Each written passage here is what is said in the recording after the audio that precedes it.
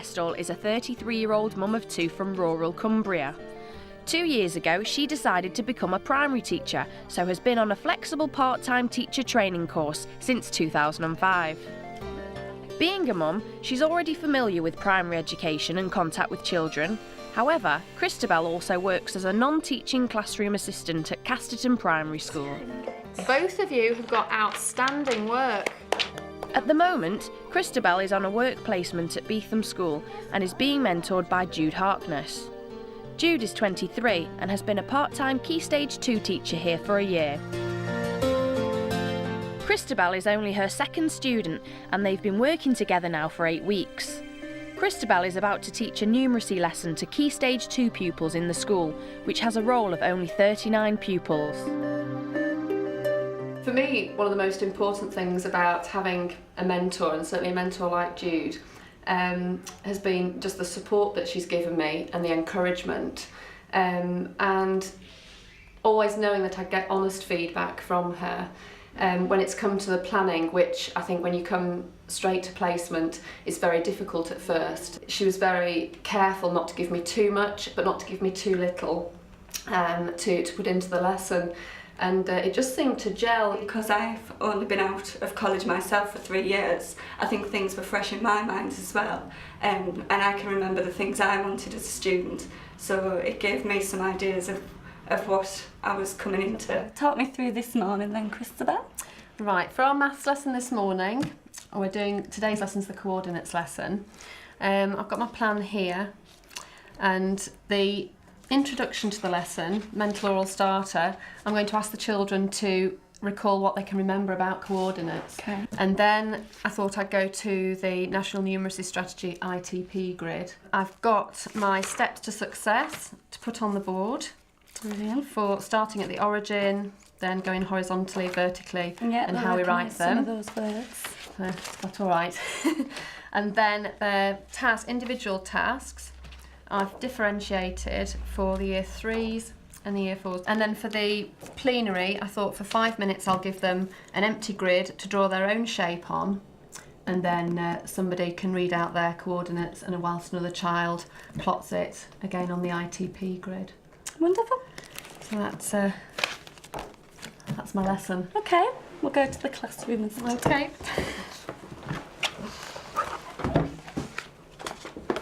Today we are going to be remembering how to plot, how to read and how to write our coordinates.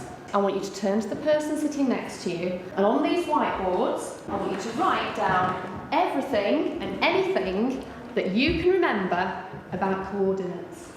I tend to make notes throughout an observation, and then I will talk to the student after the lesson or at the end of the day and get a general feel for it, asking them how they thought the lesson went first before giving my own opinion. I'd give my positive advice first, and then feed in things I thought that they needed to work on maybe and target for next time. That's actually a nice way of receiving feedback, because you put them down as, any negative goes down as a target, and we decide on those together. Yeah. So there's never been an occasion when Jude said, well, I thought this didn't go very well, and I said, well, I thought it went really well. So we usually agree, don't we, on what, because I can feel how it's, if things are going wrong. Jude and Christabel are going to watch video footage of the lesson so Jude can feed back thoroughly and they can set their targets.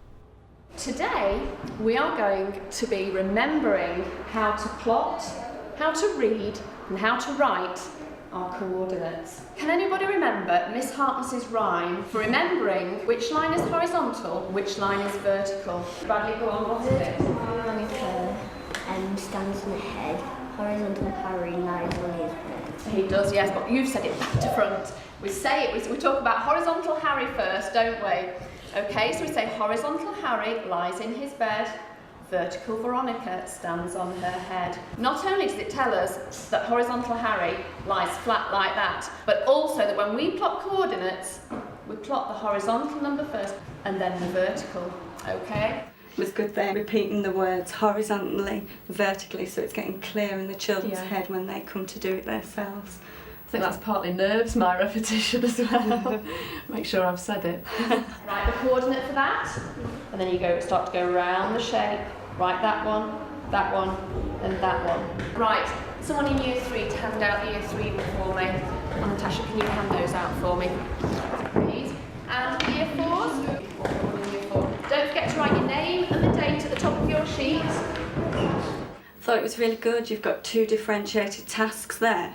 It may have been nice if the sheets were out on the desk, so when you were telling the children that there was a dot, they could see it more clearly. So they could see it more clearly in front of them. I think a lot of them picked up what you were meaning, but there's the odd few in the group that might need that extra support to have it in front of them first. Then when you say, is it clear?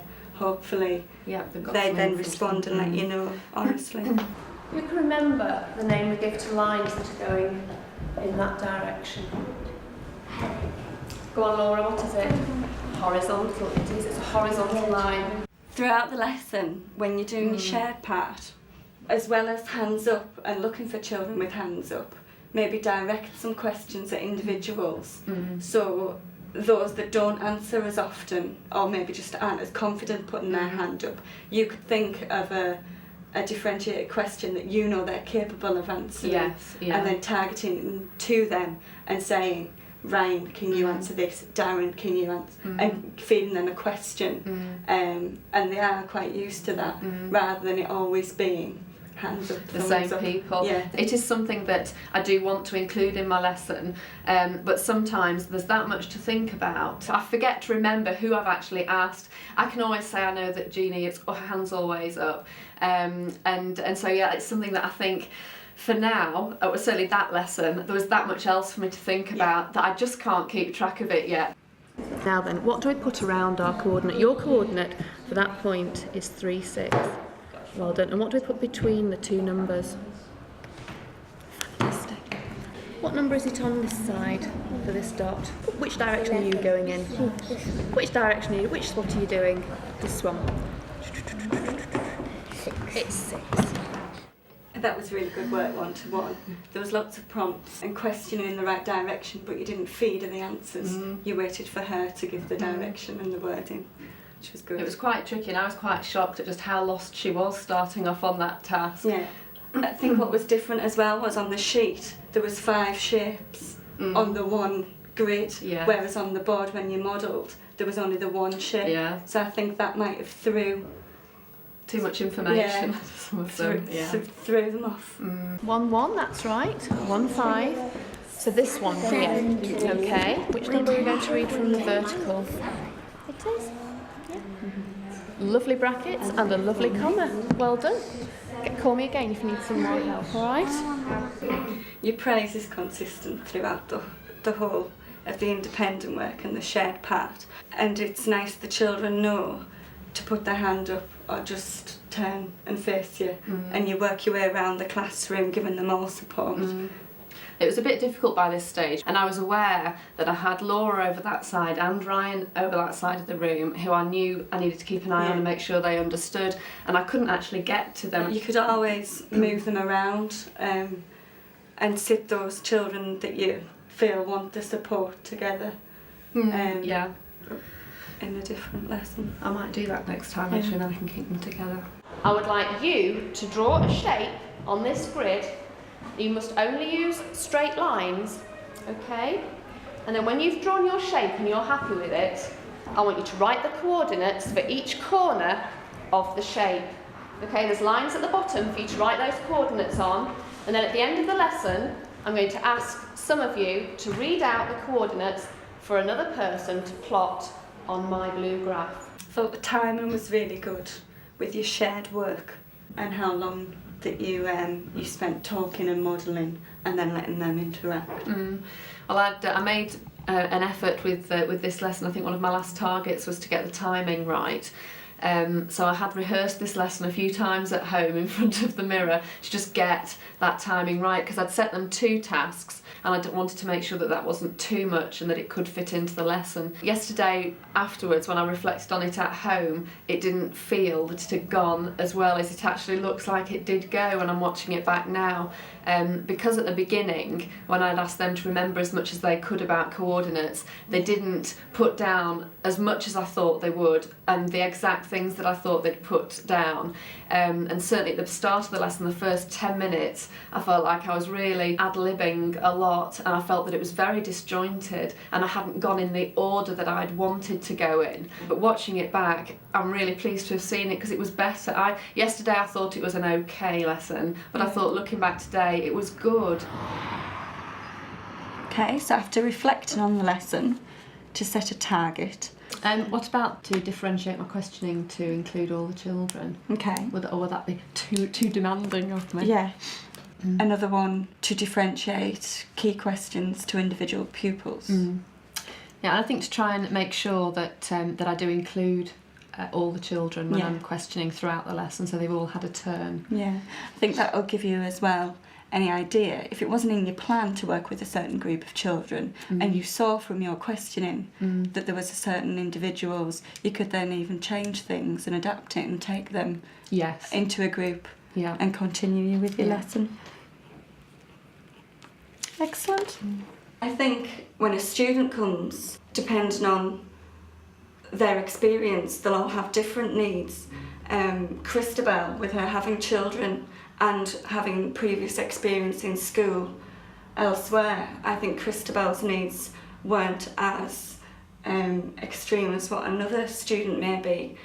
She knows the life and the routine of a school. She knows some curriculum knowledge already, so you weren't as needy as others may be. Another overwhelming thing as a student is when you actually look at something like the National Numeracy Strategy, all the jargon that's in it. That for me has been my biggest challenge. I can't imagine combining that with trying to get to know what a child is and having absolutely no prior knowledge of the and just the basics, like bell goes at 9 o'clock, what lesson structures are and when playtimes and things are. Students that haven't got that experience are coming in really with a blank canvas that you've got to help them build. I think the student mentoring experience has been really good, not only for myself and Christabel but for the children in the class as well. On a personal level, when I'm watching Christabel or even having Christabel observe me, you're always reflecting on the things that you're doing as things are happening. I think for the children it's really nice to have another adult in for them to work with and get to know and respect. From my point of view, from a mentor, I certainly appreciate having someone who is open and again just wants to pass on their love of teaching to me, and who wants their student to be as good as they are. And also, don't get an email from your student on a Saturday night and think, flipping out, my student's emailing me again. Think, great, my student wants to get it right, and email back with any query. I certainly would consider being a mentor when I qualify, I would certainly want to gain a couple of years experience, and then I would definitely want to be a mentor and pass on my good experience to somebody else, most definitely.